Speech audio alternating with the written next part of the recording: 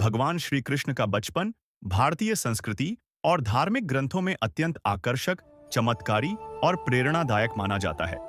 उनका बाल्यकाल मुख्य रूप से गोकुल, वृंदावन और मथुरा से जुड़ा हुआ है। उनके बचपन की कथाएं प्रेम, शरारत, करुणा और दिव्यता का अद्भुत संगम प्रस्तुत करती है। जन्म और प्रारंभिक जीवन। भगवान कृष्ण का जन्म मथुरा में हुआ था। उनके पिता वसुदेव और माता देवकी थी। उस समय मथुरा पर अत्याचारी राजा कंस का शासन था। कंस को भविष्यवाणी मिली थी कि देवकी का 8वां पुत्र ही उसकी मृत्यु का कारण बनेगा। इस भय से उसने देवकी और वसुदेव को कारागार में बंद कर दिया और उनके पहले 7 बच्चों को मार डाला। जब कृष्ण का जन्म हुआ तब एक चमत्कार हुआ। कारागार के द्वार अपने आप खुल गए और पहरेदार सो गए। वसुदेव नवजात कृष्ण को लेकर यमुना नदी पार करके गोकुल पहुंचे, जहां उन्होंने उन्हें नंद बाबा और यशोदा के पास छोड़ दिया। वहां कृष्ण का पालन पोषण एक ग्वाल बालक के रूप में हुआ। बाल लीलाएं और शरारतें। गोकुल और वृंदावन में कृष्ण का बचपन अत्यंत चंचल और आनंदमय था। वे अपने मित्रों के साथ खेलते, गायें चराते और कई तरह की शरारतें करते थे। उन्हें मक्खन बहुत प्रिय था, इसलिए वे अक्सर घरों में जाकर मटकी तोड़कर मक्खन चुरा लेते थे। इस कारण उन्हें माखन चोर भी कहा जाता है। उनकी शरारतें केवल मनोरंजन तक सीमित नहीं थीं, बल्कि उनमें दिव्यता भी झलकती थी। वे अपने छोटे छोटे कार्यों से लोगों के दिल जीत लेते थे। यशोदा माता जब उन्हें डांटती तो उनकी मासूम मुस्कान सबका मन मोह लेती थी। राक्षसों का वध। कृष्ण का बचपन केवल खेल कूद तक सीमित नहीं था। उन्होंने बचपन में ही कई राक्षसों का संहार किया।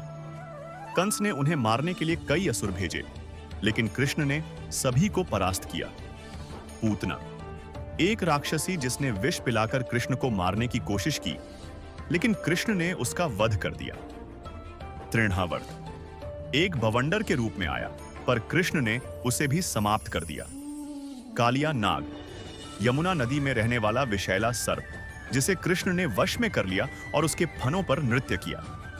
इन घटनाओं से यह स्पष्ट होता है कि कृष्ण केवल एक सामान्य बालक नहीं थे, बल्कि वे दिव्य शक्तियों से संपन्न थे। गोवर्धन पर्वत उठाना कृष्ण के बचपन की सबसे प्रसिद्ध घटनाओं में से एक है। गोवर्धन पूजा। वृंदावन के लोग इंद्रदेव की पूजा करते थे, लेकिन कृष्ण ने उन्हें गोवर्धन पर्वत की पूजा करने के लिए प्रेरित किया। इससे क्रोधित होकर इंद्र ने भारी वर्षा शुरू कर दी। तब कृष्ण ने अपनी छोटी उंगली पर गोवर्धन पर्वत उठाकर सभी लोगों और पशुओं की रक्षा की। यह घटना उनकी दिव्यता और लोगों के प्रति उनके प्रेम को दर्शाती है। रास लीला और मित्रता। वृंदावन में कृष्ण ने गोपियों के साथ रास लीला की, यूं जो प्रेम और भक्ति का प्रतीक है। विशेष रूप से राधा के साथ उनका संबंध अत्यंत पवित्र और आध्यात्मिक माना जाता है। रास लीला केवल नृत्य नहीं, बल्कि आत्मा और परमात्मा के मिलन का प्रतीक है। कृष्ण अपने मित्रों के साथ भी बहुत प्रेम से रहते थे। वे सभी के साथ समान व्यवहार करते थे, चाहे वह गरीब हो या अमीर। उनकी मित्रता सच्चाई और विश्वास पर आधारित थी।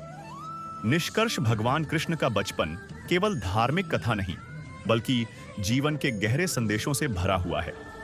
उनकी बाल लीलाएं हमें सिखाती हैं कि जीवन में आनंद, प्रेम और साहस का कितना महत्व है। वे बचपन में ही अन्याय के खिलाफ खड़े हुए और सच्चाई का साथ दिया।